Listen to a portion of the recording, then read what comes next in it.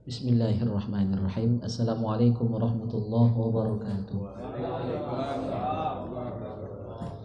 Alhamdulillahirabbil alamin, wassalatu wassalamu ala asyrafil anbiya wal mursalin wa ala alihi wa sahbihi ajmain, amma ba'du. Ikhwani fillah rahimakumullah, alhamdulillah, syukur atas rahmat Allah perkenannya jua pada malam hari ini kita kembali bisa bermuajahah, bertatap muka, bersilaturahim, lanjutkan taklim kita di markas besar Baiker Subuh Banyuasin. Mudah-mudahan persaudaraan kita makin terjaga, makin kompak, ya. Karena dengan kekompakan ini, sebanyak apapun halangan, rintangan, gangguan, bahkan mungkin fitnah akan kita alami, itu akan bisa kita lalui. Dengan kekompakan kita bisa menghadapi segala sesuatu sesulit apapun itu. Dan juga dengan keistiqomahan, walaupun hari hujan, dingin, banyak lelatu alias laron yang jauh bahkan sekalipun, ya, tetap bisa menyempatkan diri. Itu adalah buah dari keistiqomahan. Ya, mudah-mudahan ini tetap, ya, terus ada di hati kita masing-masing, dan supaya tetap istiqomah kita syukuri nikmat istiqomah itu, sehingga Allah akan makin memperkuat, ya, dan menambah semangat kita dan keistiqomahan kita dalam persaudaraan kita di BSB Banyuasin ini. Amin Allahumma amin. Salawat dan salam semoga senantiasa tercurahkan, terlimpahkan ke hadirat junjungan kita Nabi Muhammad sallallahu alaihi wasallam beserta keluarga, sahabat dan pengikut beliau. Kita ini umat akhir zaman. Zaman ini banyak fitnah, dunia sudah mendekati kiamat. Maka kita perkuat, ya, iman dan imun kita dengan memperbanyak sholawat, salah satunya. Insyaallah dengan memperbanyak sholawat, Rasul langsung yang akan bimbing kita, ya. Allah akan berikan kita taufik dan hidayah sehingga tetap bisa istiqomah, ya, tetap bisa menjadi hamba Allah yang baik di tengah halangan dan rintangan sebesar apapun itu. Jamaah yang mulia, ikhwani fillah rahimakumullah, kita dapat titipan kitab Akhlak lil Banin karya Umar bin Ahmad Baraja. Kitab ini dipelajari dulu saya ngajar 9 tahun di Pondok Pesantren Putri Az-Zahra yang saya ungkap waktu kita maulid di Ariyat. Jadi saya sangat dekat hubungan dengan Ponpes Ariyat pusat, walaupun saya ngajar di Ma'had putrinya. Dan saking Habib Zain, ya, beliau takjub dengan kita, maka beliau titip kitab ini untuk kita belajari, sebagaimana dulu kitab ini saya ajarkan di Az-Zahra, di Ariyat pusat, di Palembang, sama di Talang Bututu dan di Kayora Kuning sini. Jadi artinya kita diakui oleh Habib Zain bagian dari keluarga besar Ariyat, luar biasa. Kita dianggap bagian dari Ahlul Bait. Itu kebanggaan yang luar biasa. Beliau percaya betul dengan kita di BSB ini, maka kita jaga amanah beliau, dan dengan cara kitab ini kita belajari. Dan tentu bukan cuma dipelajari tapi dipraktekkan dalam kehidupan kita sehari-hari. Ini isinya akhlak, dan akhlak itulah penentu, ya, kita selamat atau tidak di dunia dan di akhirat.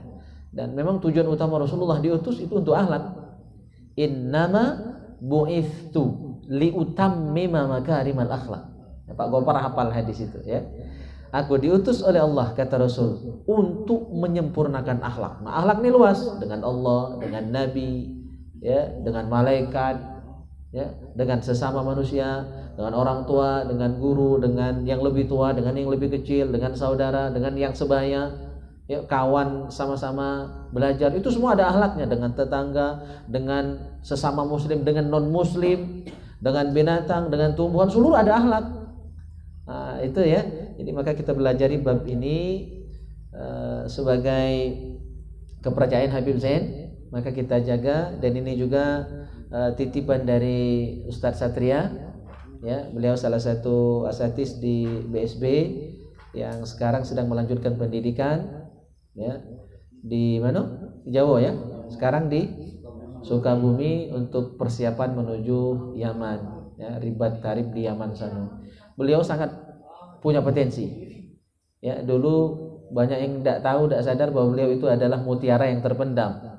Sejak saya bergabung, saya tahu ini potensinya luar biasa. Maka kita tampilkan dan ternyata memang benar luar biasa. Saya sadar, ya, kalau dibanding beliaunya lebih hebat dari saya. Saya banding. Itu jujur, ya, ungkapan saya. Ya, luar biasa ilmunya, dan apalagi nanti setelah ditarim, itu beliau akan tambah matang. Dan keinginan beliau itu tetap di sana katanya. Tidak, uji, jangan balik ke Pangkalan Balai. Banyuasin butuh dirimu. Ya, waktu kita ngobrol-ngobrol di rumah Bang Yudi, Banyuasin butuh dirimu. Ya, saya tidak akan merasa tersaingi. Ya, justru bangga. Ini kadang-kadang penyakit gitu. Ada orang lebih hebat, kita tersaingi. Itu tidak boleh. Ketika ada perasaan seperti itu, kita belum ada apa-apanya berarti. Kita harus bangga, jika perlu di BSB ini seluruhnya jadi ustadz hebat semua. Ya. Siap jadi imam, ya, minimal imam bagi istrinya. Nah, itu minimal, ya. Siap ceramah, siap kultum, siap khutbah, siap mimpin doa, siap mimpin tahlil, siap mimpin marhaba, siap? Siap semuanya. Ya. Siap menikah kalau Robi itu. Ketua bujang. Ya, alhamdulillah, ya. Baik, kita langsung buka kitab ini. Untuk minggu depan mungkin siapkan pensil. Ya, jadi kita ini pondok ini, santri kita ini saat ini, ya. Jadi ya kalau baca anak ditulis, artinya ditulis, ya. Nah, siapkan pensil atau pena. Kita bahas bab 1. Bimadza yatakhallaqul walad. Ya, bimadza yatakhallaqul walad. Dengan apa seorang anak itu berakhlak? Yajibu 'alal walad ay yatakhallaqa bil akhlaqil hasanah min sigharihi. Wajib bagi setiap anak. Nah, walaupun kita lah tua, kita ini masih anak. Lah beranak, lah bercucung, kan pasti anak gitu. Nah, kita wajib berakhlak, ya, sejak kecil. Berakhlak yang bagus sejak kecil. Karena di kitab lain disebutkan akhlak itu ngapa harus dari kecil? Ibarat kita bertanaman. Nah, buat bonsai itu, buat bonsai, ya. Buat bonsai itu kan dilangkak-lengkok ke sana sini, ya, diatur, ya, biar jadi indah. Itu kan sejak kecil, ya, diatur itu. Cuma kalau dia keras, tak baca lagi, nak dibentuk. Jadi nak membentuk karakter seorang anak itu sejak kecil, sebagaimana kita mau membentuk, meluruskan atau mau membengkokkan pohon, ya, biar jadi indah seperti bonsai itu sejak kecil. Waktu batangnya masih lembut, malah keras, patah nak meluruskannya atau nak mengkongkannya. Ya. Nah, itulah pentingnya akhlak, dibiasakan sejak kecil. Dan memang akhlak baik itu sara bentuknya. Ya, dibandingkan yang tak bagus. Yang tak bagus itu, akhlak tercela itu, sekali dia nyingok langsung jadi, langsung nurut, langsung ikut. Saya contohkan anak saya sendiri. Ya, sejak dari kecil sudah diajari biasakan yang sebelah kanan. Ya, masang baju kanan, masang sepatu, kaos kanan, masih lupa. Padahal sejak kecil, DTK juga sekolah 2 tahun DTK Islam. Ya, sekarang juga lah SD lah kelas 3. Kadang-kadang masih lupa. Nah, itulah cara menanamkan akhlak, itulah banyak susah, lambat masuknya, ya. Walaupun masuk masih kadang-kadang suka tidak dilaksanakan. Padahal dia hafal hadis, ya.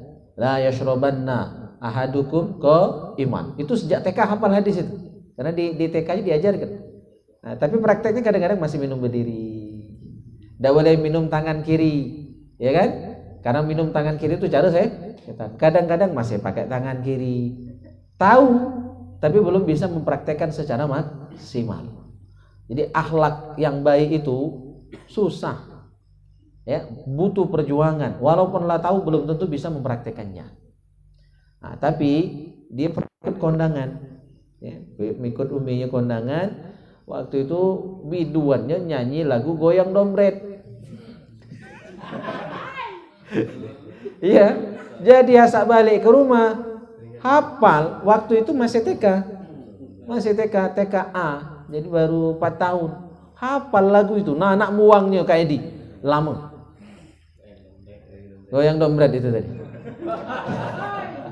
Apalagi yang tiap minggu kan?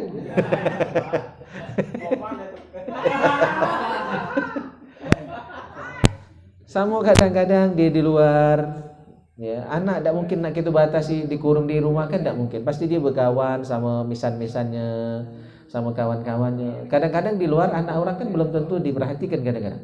Omongannya maksud aku, ya ngomong basing, ngomong ka dan sebagainya itu ya. Nah dapatlah waktu bergaul di rumah, di luar rumah, dibawanya balik. Jadi pas dia sama adiknya saling kata tadi, nah ya kena marah, seminggu lebih muangnya sampai harus diancam tidak dikasih jajan demi muang kalimat yang tak benar yang sudah dia dapat di luar tadi. Baru dengar sekali dua kali lekat dan saru nak muangnya. Nah itulah akhlak. Jadi sebelum dia terbiasa dengan yang buruk, cepat-cepat dibuang, ya harus dikat. Jadi min sigorihi, sejak kecil. Li ta'isha mahbuban fi kibarihi. Nah, kalau lah biasa berakhlak sejak kecil, ketika dia dewasa nanti insyaallah dia mahbuban. Disenangi orang, dicintai karena akhlaknya mulia, akhlaknya bagus. Semua orang pasti senang. Kita lah bagus belum tentu orang senang. Masih ada tuh lah ngiri. Sok alim dikatakan, sok baik. Macam-macam. Yardu anhu rabbuh, bukan hanya orang yang senang kalau dia berakhlak, yardu anhu rabbuh, Allah pun ridha dengan orang-orang yang berakhlak mulia. Wa yuhibbuhu ahluhu, dan dia pun dicintai keluarga, disayang orang tua, disayang adik kakak, disayang wak, mamang, bebe, ya. Wa jami'un nas, dan semua orang pun cinta, senang dengan orang-orang yang berakhlak mulia. Berebut itu, yang bujang-bujang nak jadi kenyemantu itu berebut, ya. Berebut, kayak dia doang anak gadis. Nah, aku anak gadis, malah lagi kecil. Tentu saya akan mencari menantu yang alim. Saya pun nak buat mantu jueri. Ya, orang yang baik-baik, ya. Bang Yudi juga punya anak gadis lagi mondok. Tentu tidak mungkin nak dibuat gadis selamanya kan. Tentu ingin dinikahkan. Sebagaimana beliau begitu bahagianya sampai nangis kan. Saya melihat foto itu luar biasa ya. Kedekatan beliau dengan adiknya. Senang adik menikah. Itu juga kita punya anak gadis menikah. Dan tentu tidak akan sembarangan kita serahkan anak gadis kita. Ya kan? Tidak akan sembarangan. Akan dicarikan pasangan yang berakhlak mulia. Ya, kalau yang lain-lain itu nomor sekian lah. Akhlak dulu yang utama. Kalau akhlaknya bagus, tenang hidupnya, tidak kesusahan. Ya. Wa yajibu alaihi aidan, dan wajib juga bagi kita mendidik anak-anak kita untuk ayyabta'ida 'anil akhlaq al-qabihah, menjauhi akhlak yang tercela. Kaila yakuna makruhan. Kalau orang punya akhlak tercela, ya dia dibenci, tidak disukai, tidak disenangi. La yardu anhu rabbuhu, tidak diridhoi Allah Subhanahu wa taala, wala yuhibbuhu ahlu, tidak disenangi keluarga, benci luat, wala ahadun minan nas, dan tidak ada satupun orang yang senang ya dengan orang yang kurang ajar, kati yang senang. Ya, kati yang senang. Bahkan bandit pun dia selektif juga milih kawan yang setia. Ya kan? Ya, bahkan bandit juara, orang-orang yang mafia itu dia akan sangat selektif malahan. Ya. Walaupun standar akhlak bagi mereka itu agak beda, tapi kesetiaan itu kan bagian dari akhlak juga. Itu harga mati bagi mereka. Yang sanggup dia bunuh diri kan, seperti Yakuza itu. Itu sanggup bunuh diri, sanggup potong jarinya sendiri ketika dia melanggar perintah bosnya, atasannya. Sebenarnya rombongan itu setia kawan. Sangat setia kawan. Ada nilai positif walaupun bandit itu. Kadang-kadang orang yang tak bandit ini kadang-kadang lebih mudah merusak kepercayaan. Ya kan, diangkat jadi menteri, korupsi. Padahal ini orang pintar kan itu kan, hebat kan. Kadang-kadang lebih setia kawan bandit. Ya, saya juga pernah punya kawan yang model itu sangat nolong dia. Dia naruh ke nyawa demi bela kawannya. Yang setengah-setengah bandit ini berlari, mentubuh ada bahaya, berlari dia. Oke. Nah, jadi semua orang pasti tidak suka dengan orang yang punya akhlak yang tercela, akhlak yang buruk. Tapi itu sebagai mukaddimah dari pelajaran akhlak lil banin kita. Ada pertanyaan sebelum kita lanjut ke kitab Manhajus Sawi? Satu bab jadilah kan? Karena belajar satu bab masih ingat hadisnya. Babun minal ilmi ya'malu bihi aw lam ya'mal bihi kana afdhala min ay yusalliya ala faraqatin tatawwuan. Belajar satu bab ilmu, ya, diamalkan atau belum sempat diamalkan, bukan tagalang amalkan ya, belum sempat kan baru belajar. Ya, belajar satu bab nilainya lebih baik, lebih utama, lebih afdal dari sholat sunnah 1000 rakaat. Nah, tidak usah kita borong malam ini jadi 2000 satu bab baik. Tinggali minggu depan pula, ya. Jadi belajar satu bab itu 1000, nilai 1000 rakaat. Maka saya hari Senin tadi agak marah juga dengan jamaah ya kan. Di Alamir karena mulai lagi kultum. Kadang-kadang kita kultum, kita ceramah, dia sholat sunnah. Cak tak galak nian dengar tubuh ceramah itu. Ya. Karena semua kan ada waktunya. Ketika ceramah ya dengar dulu ceramah, senang tak senang, setuju tak setuju, walaupun lah tahu, ya kan? Minimal menghormati yang lagi ngomong. Itu adab itu. Itu akhlak. Kita juga kan pasti nak sholat sunnah juga kaki. Berangan baik sholat sunnah ba'diyah itu. Dengarkan dulu ceramah, tak lama juga. Saya banding, kalau sholat ba'diyah 2 rakaat, nilainya berapa? 1. Kalau kita dengar taklim walaupun cuma 5 menit, nilainya 1000 rakaat. Nah, biar dapat kalau sholat sunnah dapat, taklim dapat, dengarkan dulu kultum. Uji aku agak marah dikit gitu. Karena biasanya seperti itu. Kita kultum sibuk keluar, sibuk sholat. Bukan melarang sholat, nanti dulu. Kan ada waktunya, ada timingnya. Walaupun gawe itu benar, sebenarnya yang gawe itu. Cuma ketika salah tempat, tak bagus, tak etis. Contoh seperti siwak. Siwak kan bagus, cuma kalau dengar-dengar siwak, kiai ceramah siwak, dengar-dengar siwak, luat belum. Iya kan? Dengar-dengar siwak. Ada saat. Ya. Jadi dosa kita borong galau-galau 1000 be jadilah. Ada pertanyaan?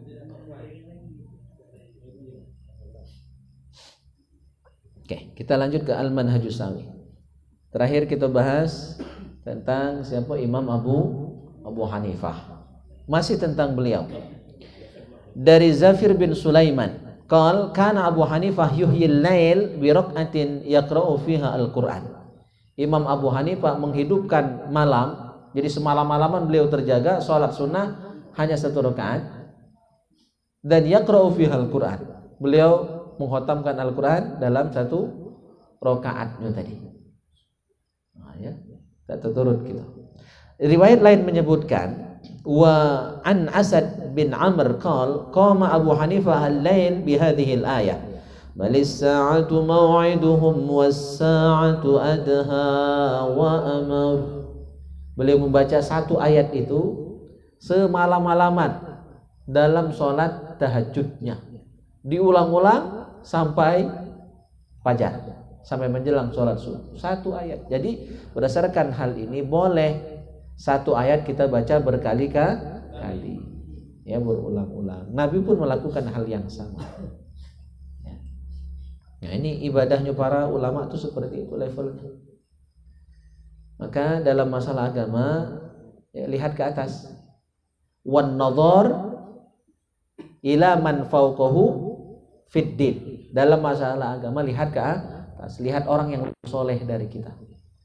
Sehingga kita merasa malu dengan ibadah kita, belum seberapa levelnya. Ya, belum ada apa-apa yang dibandingkan Imam Abu Hanifah dan para salafun saleh gitu. Contoh berikutnya, contoh ulama akhirat, ya, ulama yang betul-betul layak untuk kita teladani adalah Malik bin Anas. Beliau ini, ya, dza waqarin wa khasyah, mubalighan fi ta'zimi ilmi ad-din, katsirul adab wa tawqir li Rasulillah sallallahu alaihi wasallam. Ulama yang sangat berwibawa, ya, yang punya rasa takut, rasa segan dengan Allah Subhanahu wa taala dan sangat mengagungkan, memuliakan ilmu agama. Ya. Wabil khusus beliau sangat mengagungkan dan memuliakan hadis Rasulullah sallallahu alaihi wasallam. Jadi suatu hari beliau ini baca hadis, ngajar hadis di majelisnya. Tiba-tiba disengat kalajengking. Ya. Bukan sekali, ladaghathu aqrabun 16 marratan. 16 kali disengat oleh kalajengking. Lagi nyampaikan hadis. Lagi membacakan hadis kepada santri-santrinya, kepada murid-muridnya. Wa huwa yataghayyar launuhu wa yasfarru. Tentu berubah kan raut mukanya kalau digigit jadi kuning, jadi pucat. Karena terkena bisa dari kalajengking tadi. Wala yaqta'u haditha Rasulillah sallallahu alaihi wasallam, tapi beliau tidak memutuskan hadis yang beliau sampaikan, tidak berhenti, masih lanjut ngajar. Itu baru laron. Belum. Baru laron, baru hujan, baru panas, baru ngantuk. Iya kan? Man ngantuk sender ke, paling-paling kan ngorok. Enak. Beliau digigit kalajengking 16 kali Mang Hajar. Ya, kena hajar kalajengking. Ya, masih mending dihajar Mang Hajar kalajengking. Beliau ini tidak berbisa nih. Ya. Tapi melit. Nyetuk kacang. Allahu Akbar. Belajar malam nih, mau ngantuk nih. Ngaji hadis disengat kalajengking, tidak diputuskan hadis tadi sampai habis dibaca kan. Kalau kita dosa kita aku baik. Kalau kita aku ngajak-ngajak kamu ya kan, aku tidak akan sanggup. Gigit nyamuk lagi sakit, gatal kemerenyam sambil bergaut ngajar itu. Ya kan? Contoh. Lagi semayang di Alamir, nyamuk banyak, Pak Haji itu ya. Jamaah dikit, nyamuk banyak. Selesai ya. Gelisah salatnya. Falamma faragha minal majlis qultu lahu, maka sahabat beliau Ibnu Al-Mubarak setelah majlis tadi selesai, ya, apa kata Ibnu Al-Mubarak? Ya Aba Abdillah, laqad ra'aitu minkum al-yawma ajaban. Aku sungguh takjub melihat engkau hari ini, kata Ibnu Al-Mubarak. Ya. Kenapa? Innama sabartu ijlalan li hadithi Rasulillah sallallahu alaihi wasallam. Apa jawaban Imam Malik? Aku sabar menahan gigitan kalajengking tadi karena apa? Ijlalan. Ya, li hadithi Rasulillah, karena memuliakan hadis Nabi. Saat ini orang bahkan Al-Qur'an pun berani diremehkan, berani direcehkan. Ya, dikoyak-koyak, bahkan kadang dibuat-buat bahan lawak-lawakan. Yang kita ironis, kadang-kadang ustadz juga ngeluhkan itu. Demi buat tahu jamaah, guyon menggunakan ayat Al-Quran. Buka kitab, apa kitabnya? Sulamut Taufik. Di bagian awal, itu salah satu penyebab orang murtad. Jadi kalau nak penesan boleh, tapi jangan pakai yang dimuliakan dalam Islam. Jangan bawa nama Allah. Kalau nak berlekar, nak penesan, jangan bawa ayat Al-Quran. Jangan penesan menggunakan nama-nama Nabi, nama malaikat. Nah, selain itu boleh penesan. Kadang-kadang kan sering hus itu ya. Kan sangat terkenal kisah itu, nak ngusir kucing. Bawa ayat kan? Itu berkelakar yang tidak diperkenankan. Cari kelakar lain, baik. Jangan bawa Al-Quran. Ya, yang mulia jangan dibawa-bawa untuk hal-hal yang seperti itu. Ya, itu termasuk lahwal hadis. Nah, beliau ya, demi mengagungkan hadis yang dia baca, tidak mau memutuskan bacaan hadisnya walaupun digigit kalajengking berkali-kali. Wa an ibni Wahab qala qila li ukhti Malik ma kana syughluhu fi baitihi qalat al-mushaf wa tilawah. Imam Malik ditanya, ya, saudari beliau ditanya bagaimana kebiasaan Imam Malik ketika di rumah. Tidak jauh dari mushaf dan ngaji. Jadi gawinya saat di rumah baca Al-Quran, baca Al-Quran, baca Al-Quran. Ya. Atau kita di toko, Bang Yudi, kebiasaan sambil nunggu customer pelanggan kan ngaji tidak salah. Malah itu yang paling Daripada terjelengut menunggu orang belanja ida, ya kan? Lemahlah dapat pahala. Ya kan, kadang tujonong saya sering ke Kalangan, hampir tiap hari saya Kalangan, ya. Kadang-kadang saya perhatikan muka-muka pedagang itu kan, ada yang terjonong nunggu orang belanja, ya kan? Ya. Daripada seperti itu lebih baik dia salawat, ya kan? Zikir walaupun dalam hati, ya. Ada nilai faidahnya, ada pahalanya, dan mudah-mudahan juga berkat dia ngaji tadi, berkat dia zikir salawat tadi, Allah buka ya pintu-pintu rizki itu, dan Allah ya buka hati orang untuk belanja dengan dia. Kan yang menggerakkan hati manusia itu Allah. Maka ketuk pintu Allah untuk gerakkan hati orang, ya, untuk belanja dengan kita bagi para pedagang, ya kan? Promosi itu ya bagian dari taktik dagang, tapi ada juga bagian lain, yaitu doa. Ya, insyaallah dengan ikhtiar dan doa lancar usahanya ya semuanya ya. Termasuk usaha-usaha mencari jodoh. Ikhtiar dan doa, ya. Jodoh itu juga harus ada ikhtiar. Minimal kenalan.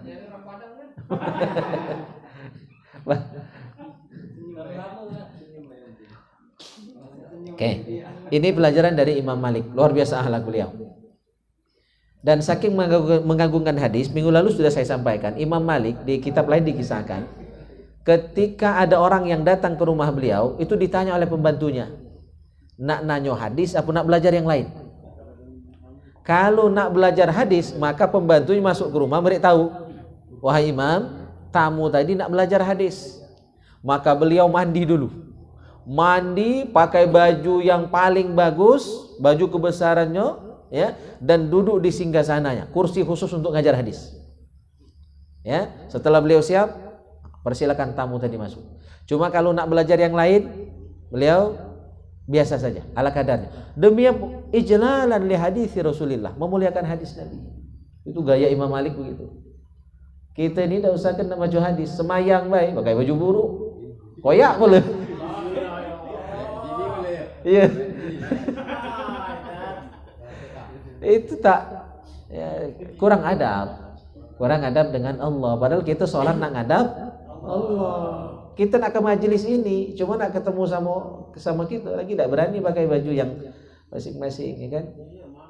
Malu. Apalagi bangsa, ya kan?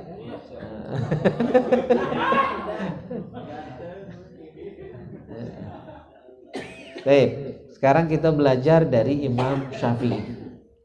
Ya, Imam Syafi'i. Wa kana al-Imam Syafi'i radhiyallahu an qad jazza'a al-lail thalathata ajza. Al-thuluth al-awwal yaktub, wa thuluth as-sani yusalli, wa thuluth as-salis yanam.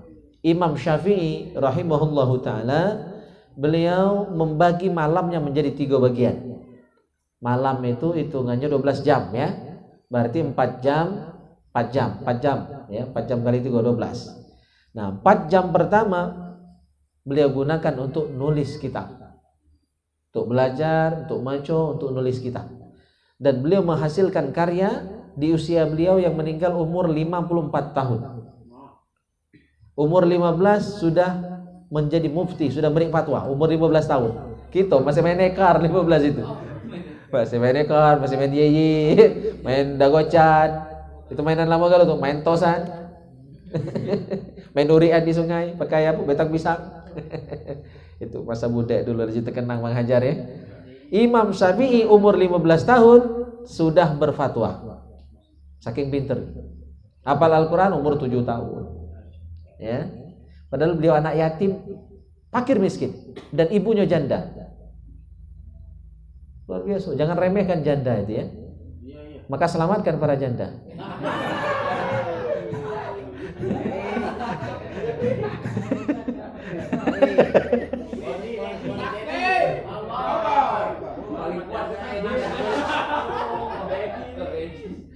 Ibunya Imam Syafi'i single parent.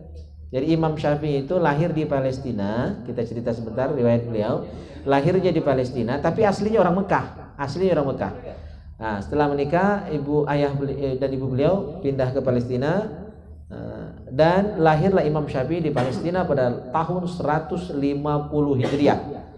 Di tahun yang sama meninggal Imam Abu Hanifah. Jadi hari itu meninggal ulama besar dan lahir calon ulama besar. Waktu itu masih calon. Umur 2 tahun ayahnya meninggal karena tidak perlu banyak sanak di Palestina. Balik lagi maknya ngajak anaknya Imam Syafi'i kecil umur 2 tahun balik lagi ke Mekah dan tidak menikah, tidak mau menikah dia, walaupun banyak yang melamar, cantik ibunya Imam Syafi'i, ya kan? Tidak mau menikah demi fokus mendidik anaknya Imam Syafi'i sampai menjadi seorang ulama besar. Ya, padahal miskin, saking miskinnya tak terbeli di kitab, tak terbeli di buku, tak terbeli di pena, saking miskinnya. Tapi beliau cerdas. Karena tidak punya duit untuk beli buku, beli kitab. Zaman dulu kitab lebih mahal dari emas. Ngapa? Kitab tulis tangan, belum ada percetakan, ya, tulis tangan. Sehingga waktu itu kitab tuh mahalnya mengalahkan harga emas, ya. Karena beliau miskin, ibu beliau janda, single parent, tidak mampu beli kitab. Maka beliau, ya, pinjam dengan temannya yang punya kitab. Salah satunya beliau pernah meminjam kitab Al-Muwatta karangan Imam Malik, ya, yang akhirnya nanti menjadi guru beliau. Tapi waktu minjam kitab tadi belum berguru. Nah, beliau pinjam itu kalau tidak salah hanya seminggu kitab tadi dia pinjam dengan temannya, dan alhasil seminggu tadi kitab tadi sudah pindah semua isinya ke otak beliau. Kitab Al-Muwatta itu setebal kitab Al-Quran 30 juz. Isinya kitab hadis karya Imam Malik yang tadi sudah kita bahas kisahnya. Itu guru dari Imam Syafi'i. Seminggu hafal kitab Al-Muwatta. Jadi orang susah itu terkadang lebih nekat belajarnya, ya, lebih semangat belajar daripada yang punya fasilitas lengkap, ya, walaupun tidak seluruh juga, ya. Dan beliau tidak punya buku tulis. Akhirnya buku tulisnya apa? Ya, kulit kayu, daun-daun, pelepah kurma, tulang onta, kan lebar-lebar tulang onta itu kan. Nah, sehingga rumah beliau yang kecil, kamarnya ya sempit juga. Maka kamar beliau itu suatu hari dimasuki oleh ibunya penuh oleh tulang, daun, kulit dan sebagainya itu sebagai media menulis beliau karena tidak punya buku. Suatu hari ibunya masuk ke kamar sedih jenguk anaknya, ya Allah, nak, mana kau nak tidur? Ya, kamar sempit ini banyak puluh barang. Setelah itu beliau tidak banyak omong, tidak banyak cakap, ya, satu persatu catatan tadi beliau hafalkan, ya, sudah hafal dibuang, hafal dibuang, lama-lama bersih, ya, kamarnya tidak ada lagi tumpukan tulang dan sebagainya tadi, semua sudah pindah ke otak beliau, ya. Nah, ada yang seperti itu di sini? Bang Sairi, ya, Masya Allah. Itu Imam Syafi'i.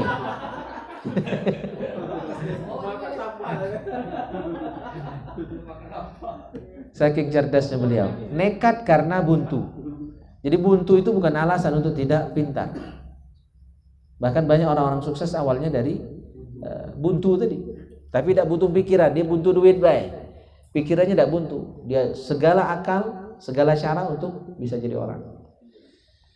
Nah, Imam Syafi'i membagi malamnya itu menjadi 3 bagian. 4 jam pertama untuk nulis kitab, untuk belajar, untuk maju. Dan beliau menghasilkan, ya, 200 jilid kitab. Ya, sejak beliau baca nulis kitab sampai umur beliau meninggal 54 tahun, 200 jilid kitab yang beliau hasilkan. Yang kedua, sepertiga yang kedua, berarti 4 jam yang kedua beliau gunakan untuk sholat. Jadi sholat malamnya 4 jam. Dan beliau mengkhatamkan Al-Quran itu tiap hari sekali. Tiap hari sekali khatam baca Al-Quran 30 juz, ya. Nah, khusus bulan Ramadan 2 kali sehari, berarti 60 kali beliau khatam Al-Quran selama bulan Ramadan. Sekali siang, sekali malam khatamnya. Tak mesti doa, ngaji baik. Ya. Nah, di luar Ramadan sekali khatam. Wasulus as-salis yanam, dan sepertiga yang ketiga 4 jam berikutnya beliau tidur. Jadi tidurnya Imam Syafi'i hanya 4 jam. Itu pun kadang tidak 4 jam, kadang bahkan tidak tidur sama sekali. Nah, kalau kita tidur baik-baik. Yang malam tidur lah.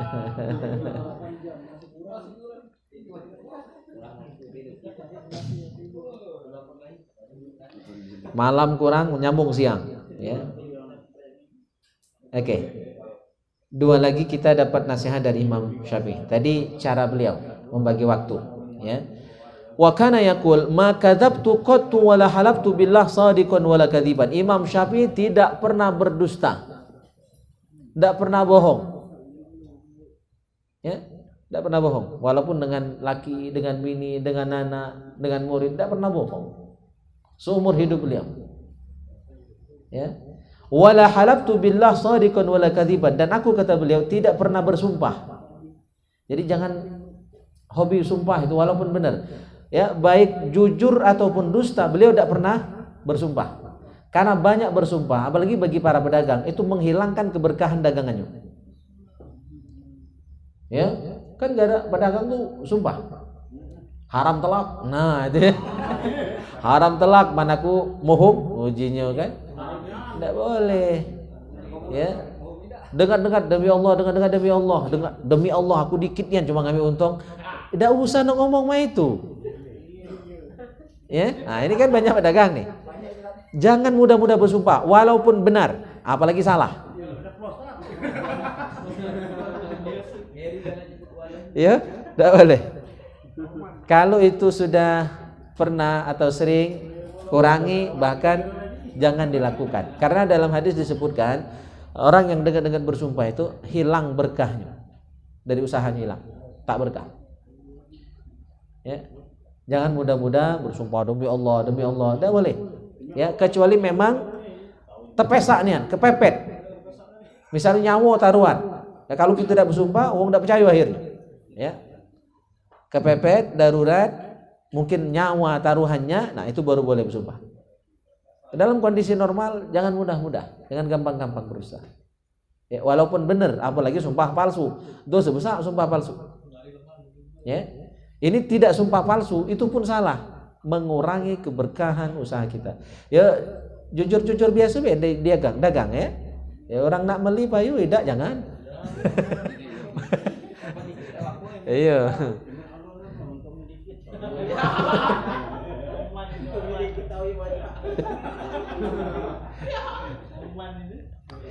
Ya, caknya banyak itu pelakunya di sini. Ya, silakan lobby, nego, tapi jangan main sumpah, itu maksudnya.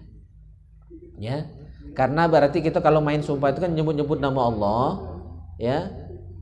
Itu dibawa untuk urusan dunia seperti itu terlalu remeh.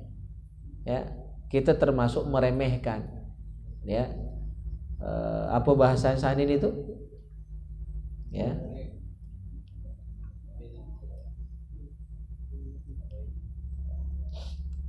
jadi tidak elok ya, kurang bagus bawa-bawa sumpah. Wa qala wa ma taraktu ghuslal jumu'at fi bardin wala safarin wala ghairihi. Dan kata beliau, saya tidak pernah meninggalkan mandi untuk sholat Jumat dalam kondisi apapun, baik cuaca dingin, ya, cuaca ekstrim, lagi safar ataupun tidak. Pokoknya kalau mandi Jumat itu tetap dilakukan. Artinya begini. Ini kan contoh mandi Jumat saja. Beliau itu orangnya istiqomah, komitmen. Ya, dengan apa yang sudah beliau ketahui itu istiqomah.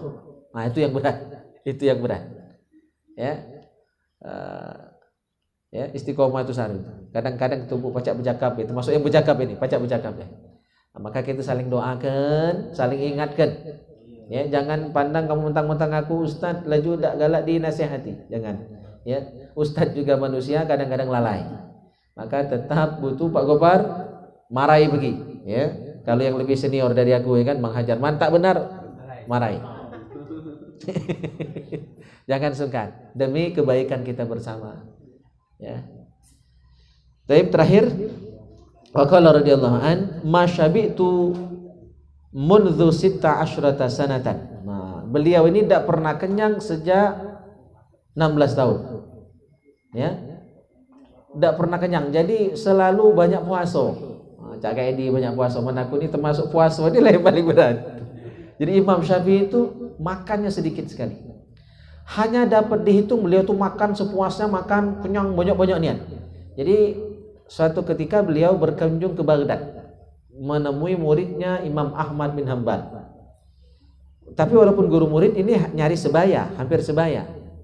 Ya, tidak perlu jauh beda umur. Muridnya Imam Ahmad bin Hanbal, ya, gurunya Imam Syafi'i. Nah, ketika beliau berkunjung ke rumah muridnya Imam Ahmad bin Hanbal, Imam Syafi'i ini makannya banyak nian, sehingga anak gadis dari Imam Ahmad bin Hanbal ini heran. Katanya kiai, katanya ngapal kelahap dimakan. Jadi agak suudzon anak dari Imam Ahmad bin Hanbal. Ya. Akhirnya penasaran. Nitip pertanyaan dengan mbaknya. Tolong tanya ke mbak, ngapa Imam Syafi'i itu kan guru kamu, katanya orang hebat, kiai besar, ulama hebat, apa makan cak banyaknya itu, rakusnya itu. Apa jawaban Imam Syafi'i? Aku tidak pernah makan sebanyak ini kecuali di rumahmu. Ngapa? Makanan orang soleh itu berkah.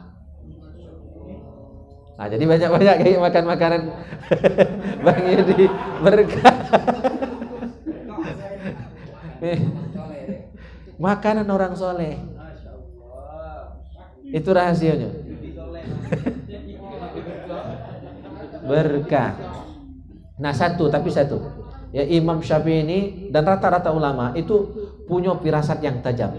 Maka kata Nabi, ittaqu firasatal mu'min, takutlah kalian dengan firasatnya orang beriman. Jadi orang mukmin itu firasatnya tajam. Dia tahu hal-hal yang bakal terjadi kemudian. Nah, di antara Imam Syafi'i berpesan kepada muridnya Imam Ahmad, hati-hati, kau ini kaget bakal dapat fitnah. Dan ternyata benar. Imam Ahmad bin Hanbal itu dipenjara pada masa pemerintahan Bani Abbasiyah, 3 kali ganti khalifah baru dikeluar dari penjara. Bayangkan, 3 kali ganti presiden. Muridnya Imam Ahmad ini dipenjara gara-gara fitnah Al-Quran makhluk. Ya. Ini mazhab resmi pemerintah. Siapapun yang bertentangan dengan mazhab resmi pemerintah, waktu itu adalah mazhab Mu'tazilah. Selain Mu'tazilah, tidak boleh. Dan setiap ulama diuji, ya, keyakinannya Mu'tazilah atau bukan. Ketika tidak sama dengan mazhab pemerintah, maka ulama itu dipenjara. Ada yang bahkan dibunuh. Jadi kezaliman itu sejak zaman dulu. Sama dengan firasatnya Habib Rizik. Paling-paling yang meninggal orang 6. Terbukti kan? Itulah ittaqu firasatal mu'min. Firasatnya seorang mukmin itu tajam. Dia tahu apa yang bakal terjadi kayak. Maka hati-hati duduk dekat ulama, dia baca macu isi hati gitu. Cuma kadang tidak diungkapkan. Ya, tahu. Ya, diam baik itu kadang-kadang ya.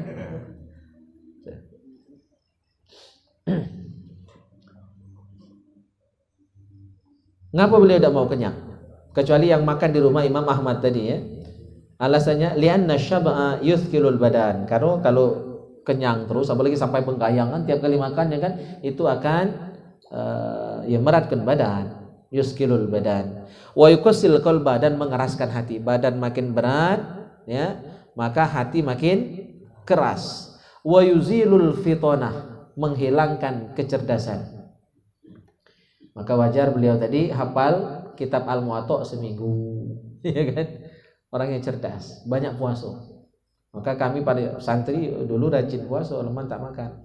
Maka sekarang lah dak sekolah lagi, balas dendam jaknya ya. Mau bawa ni bontet dikit ya. Wa yajlibun naum, dan menyebabkan banyak tidur. Kalau perut kenyang tiap hari, ya, perut kenyang nak tidur baik-baik.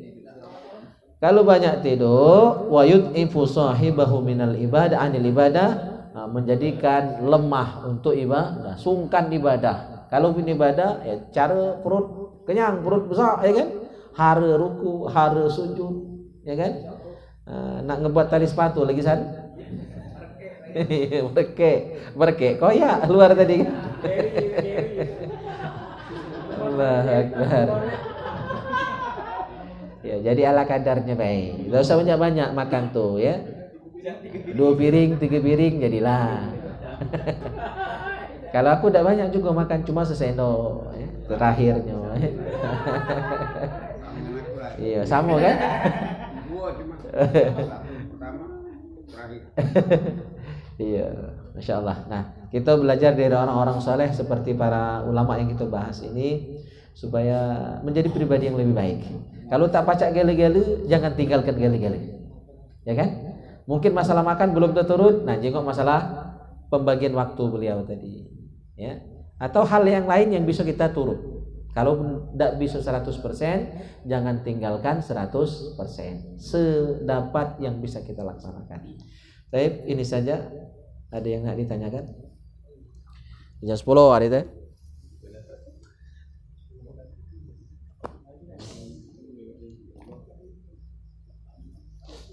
Allah.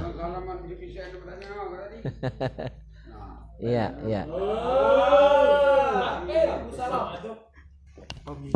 Oh, pamidup ya. Iya, iya, iya. Iya, kakek kebunan. Oh iya, iya, iya, iya.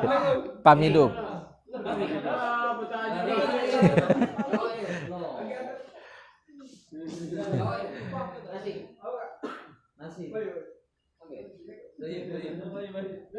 Iya, bawa dulu oleh. Sambil jaga pamidup katakan makan juga. Mie bontet. Masak bontet ye. Aku salam tuh mantan. Tidak ada, kalau tidak ada cukup ya. Nah, harilah dahulu kan. Silakan. Jangan malu bertanya. Apa Bang Hajar? Hah? Kalau malu bertanya susah di jalan. Ada? Kalau udah ada kita tutup. Oh ya, silakan Robi.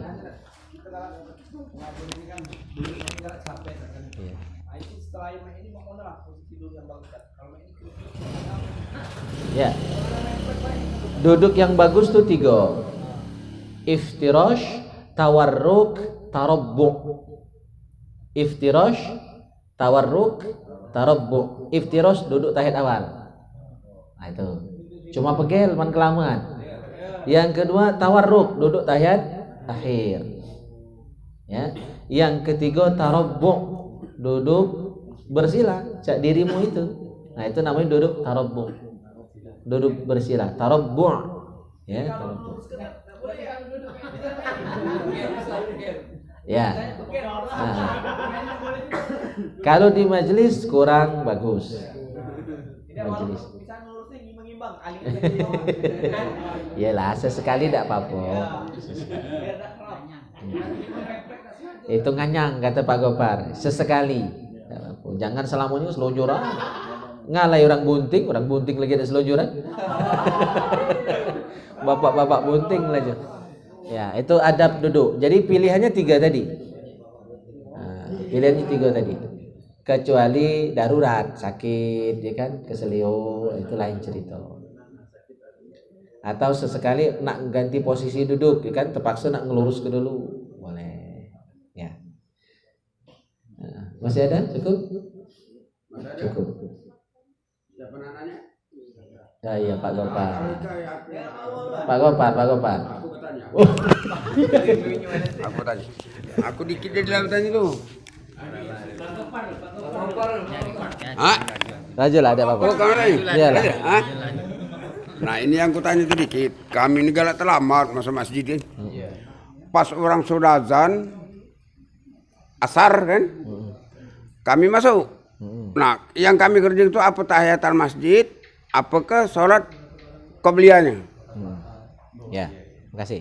Oleh karena kalau qabliyah tahiyatul masjid tinggal. Iya. Kalau tahiyatul masjid kita nak qabliyah ada kesempatan. Iya. Nah, kira-kira mana yang benar? Iya. Itu beda banyak dah. Ya, itu tipe masjid kan beda-beda. Ada yang jarak azan dengan qomat cepat, ada yang cukup lama. Benar. Saya sarankan jaraknya itu paling tidak 10 menit, maksimallah 15 menit. Nah, kadang-kadang cuma 5 menit. Kalau 5 menit itu tidak cukup kalau nak dua-duanya. Tahiyatul masjid sekaligus qabliyah itu tidak sempat kalau cuma 5 menit. Ya kan? Jarak azan dengan qomat tadi. Idealnya itu 10 sampai 15 menit. Ya, cuma saya pun tidak bisa melakukan itu di Alamir. Banyak suara, banyak story, kelamuan, ya. Padahal kita maunya pengen jamaah lebih banyak, ya, yang baru datang tuh masih sempat wudu. Jadi walaupun itu ideal, kadang-kadang sulit juga dipraktekkan karena ya banyak orang, ya banyak orang. Nah, tapi idealnya di masjid yang kita bisa mengaturnya itu standar 10 sampai 15 menit jarak azan dengan qomat, supaya yang masih makan bukan boleh bubu ya, menuntaskan makannya dengan tenang. Yang tidur mungkin baru bangun sempat nak wudu, nak berpakaian ganti baju ya. Yang junub sempat mandi wajib, kan nih? Kalau 5 menit mana sempat? Gitu. Jadi ketika di masjid itu jarak azan dengan qomatnya terlalu singkat, misal cuma 5 menit, maka kita dihadapkan pada dua pilihan. Yang mana yang dipilih? Qobliyah atau tahiyatul masjid? Maka pilihlah qobliyah. Ya, pilihlah qobliyah. Karena dengan mengerjakan qobliyah, tahiyatul masjid sudah dicakup. Tahiyatul masjid, sholat sunnah wudu, apalagi itu namanya sholat sunnah ghairu maksudah. Istilah fikihnya adalah sholat sunnah ghair maksudah. Artinya dia bisa diwakili oleh sholat sunnah lain. Ya, diwakili oleh sholat sunnah lain. Misalnya kita masuk masjid, langsung qobliyah. Karena sudah azan kita masuk ke masjid tadi. Kalau belum azan tidak sah qobliyah gitu. Karena syarat sahnya qobliyah adalah setelah azan. Nah, waktu kita datang ke masjid azan sudah dikumandangkan, kita langsung qobliyah. Maka dengan melaksanakan qobliyah tadi itu sudah dapat tahiyatul masjid, sholat sunnah wudu, ya sekaligus qobliyah tadi. Jadi langsung 3 sholat itu sudah dapat pahalanya. Walaupun hanya dikerjakan satu. Nah, kecuali waktunya lapang, agak longgar, maka seluruh kita kerjakan. Ya, sudah wudu, sholat sunnah wudu. Pas masuk masjid, sholat sunnah tahiyatul masjid. Ya, sudah itu qobliyah. Jadi tergantung timing waktunya. Tapi kalau sempit, dahulukan qobliyah. Karena dengan mengerjakan qobliyah, tahiyatul masjid sudah dianggap selesai. Dianggap selesai. Oke, Pak Gopal.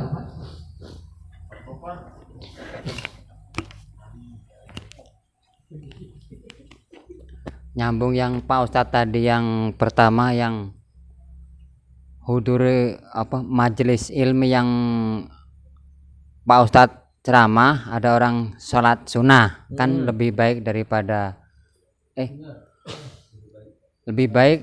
sholat 1000 rakaat. Nah, seumpama takziah dengan jenguk orang sakit, apakah sama? Lebih baik yang majelis ilmi itu maksudnya. Ya, dibanding dengan majelis ilmu. Jadi begini, seluruh ada timingnya, ada waktunya. Ya, majelis seperti kita kan sudah ada jadwalnya, sudah ada jamnya, waktunya, ya kan? Nah, sementara misalnya yang membesuk orang sakit tadi kan, itu kan tidak bisa ditentukan waktunya, ya kan? Maka dahulukan yang seperti itu. Ya, kalau bisa digabung, misalnya sudah melayat, kalau ada yang meninggal, sudah takziah, atau sudah membesuk kawan kita yang sakit, ya kan? Lanjut taklimnya. Jadi kalau bisa digabung, ya silakan, itu lebih bagus. Cuma kalau harus memilih, tentu dahulukan yang darurat tadi. Ya, itu termasuk darurat, ya kan? Dan tidak mungkin juga berkali-kali gitu kan kita baca takziah tadi. Cuma sekali itulah takziah itu. Dan itu pun cuma 3 hari kan sunnahnya begitu. Jadi dahulukan itu. Tapi kalau dua-duanya bisa didapatkan, majelis tidak kita tinggalkan karena waktunya berbeda, ya kan? Takziah tadi bisa dilaksanakan, maka kejar kedua-duanya. Kalau tidak terkejar, pilih salah satu. Tidak ada masalah. Ya. Habis nanti ya. Oke, cukup ya. Nah, lada lu banyak nganggut dah. Antara dua nganggut itu lapar, ngantuk, paham. Mudah-mudahan 3-3-nya dapat, ya kan? Atau nak nganggut yang lain. Bang saya. Hari dahulu nih nganggut yang lain. Oke.